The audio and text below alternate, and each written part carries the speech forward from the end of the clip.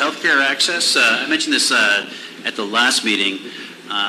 We've seen responses from cities around the state of Ohio and counties as well in responding to the change in, as the executive or judicial branch has said, that localities or municipalities and the state will now become more involved in decision-making around access to abortion and other services. And we've seen municipalities such as Cincinnati, places like Cuyahoga County, Dayton, others, have passed legislation that have done everything from essentially deprioritize prosecutions of individuals that are looking to seek abortion access and other healthcare services that have been attempted to be blocked. Also, changing the healthcare plans for certain city employees to provide funding for travel for abortions and other healthcare access. Now, for me, I would imagine that most people join City Council without thinking that this is a topic that they were legislating on, but times and the landscape have certainly changed, and our judicial branch has said this is exactly what needs to happen. It should be at a local level. We see different polls of the American population where about 16% are totally opposed to abortion. We're here on council representing our entire ward, though.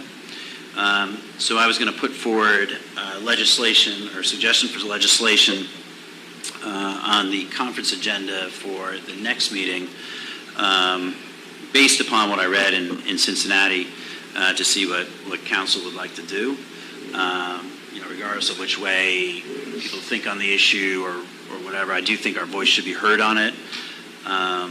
It's a very obviously serious topic. It directly affects residents and families in our city, and I think also our population should see kind of where we stand on it, since we've now been invited into the discussion and debate. Not just invited, but I suppose pushed into it when it comes into legislative action.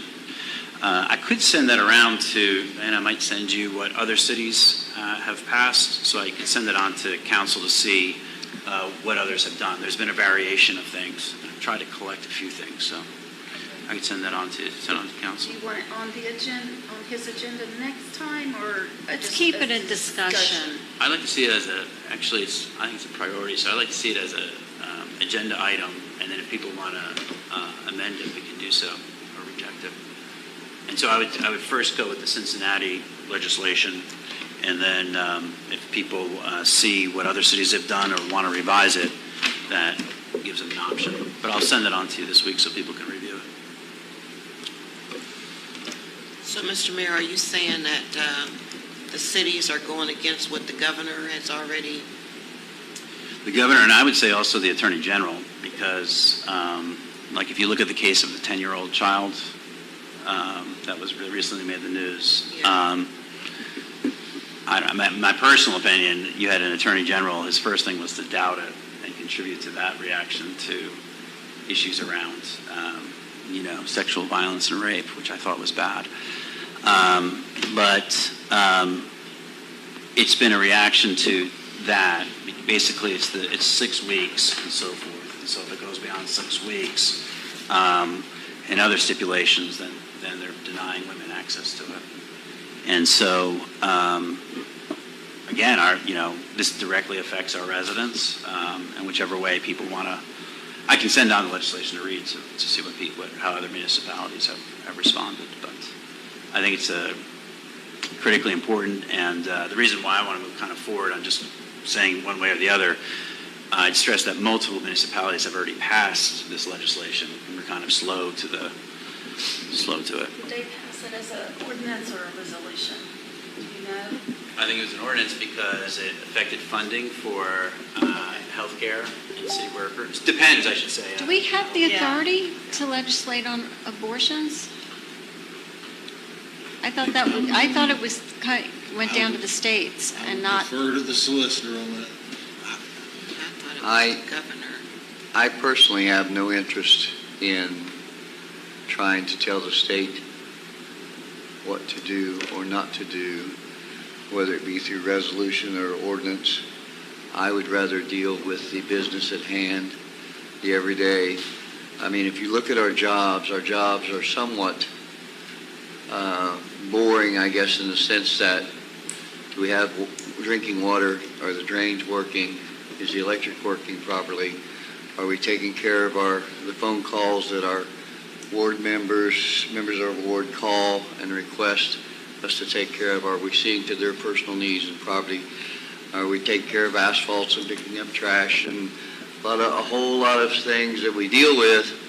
And this is beyond our purview, and I would like to. We only meet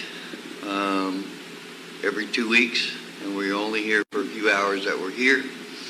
And this is a very decisive and divisive, rather, subject, and I see no positive outcome whatsoever with taking this up and discussing it for any length of time, other than taking time away from doing what's more important, and that is the everyday business of the city of Portsmouth. That's my opinion. So I have no interest whatsoever taking this legislation or resolution or any resolution that speaks to the state as to how they should do their job. They have voters who voted them in, me being one of them, and at that level, they should answer to their voters just like we do at our level. But I think we should remember where our level's at, and that's all I had to say on this subject.